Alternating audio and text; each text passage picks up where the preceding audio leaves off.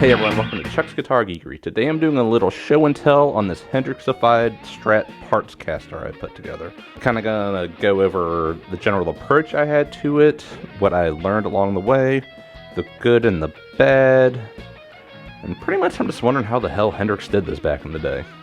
If you watch Hendrix, the way he really holds his guitars, he's just tall and lanky. So his arms are long, his hands are long. I think everything on him is long, if you know what I mean. So the way I was playing this, because, you know, the output jack's here, and the controls are here, so I had my hand kind of resting on the output jack a little bit. If you watch him, he comes from behind the bridge like this. So, you know, he always had his strats up pretty high, and his arms were long, so he could do this. And also because of this, you'll watch he kind of picked close to the bridge, so that was a big part of his sound. And even with this, I still find myself like going closer to the bridge than I would normally because the volume pot's here.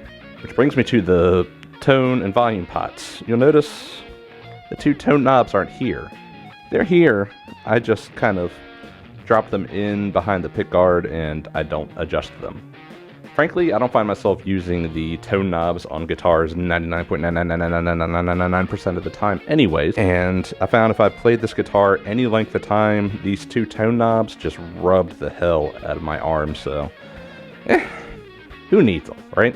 So that leads me to the volume pot, and if you notice, I have one of those world swing top, you know, the things people use for strap locks. You could also use them for kind of a volume knob, or even if you have controls on pedals or amps that you don't want to, you know, get fudged too easily, you put one of those under there and you actually have to try to adjust it. But what that does is as my wrist is hitting this, it stays put pretty well.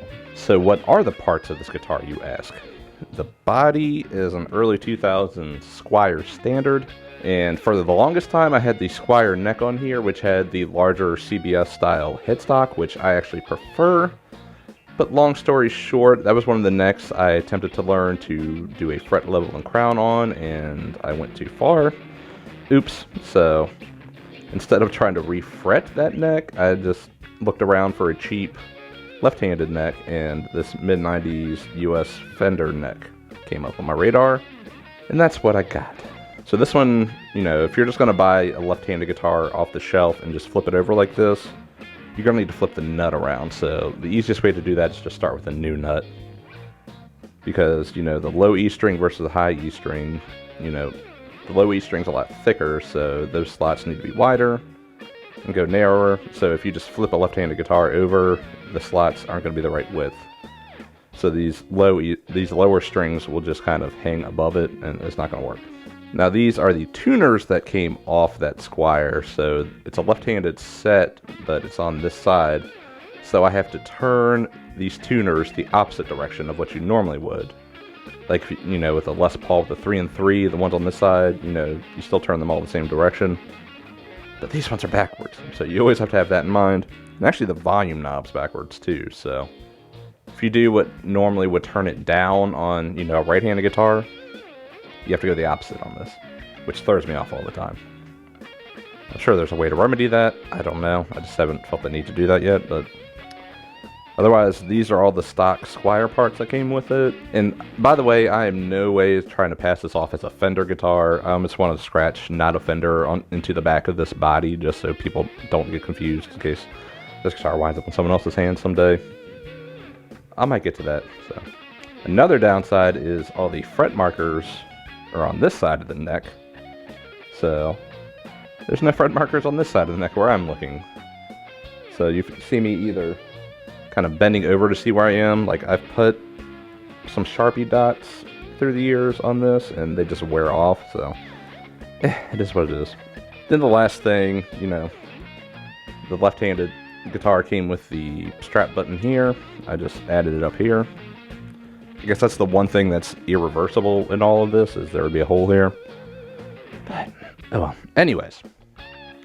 Way too much talking. I hate when I talk too much in these videos. But, yeah. I had an experiment. I love Hendrix. Who doesn't love Hendrix? And I tried to make my Hendrix Strat. It's fun. You never really can't get past the, what was that, the 12th, 15th, I guess the 17th fret. I can't really get past on here. And also the whammy bar, I don't know, those are all lost. I just don't use whammy bars. I've adjusted my playing to not do that. So anyways, the rest of my rig isn't very Hendrix'y. I'm using an orange terrace stamp, and for the distortion I'm using a rat. Let's have some fun with it. Getting there is a Digitech Trio Plus with the backing track, and yeah. Please hit the subscribe button, thumbs up, yada yada yada. Let's go.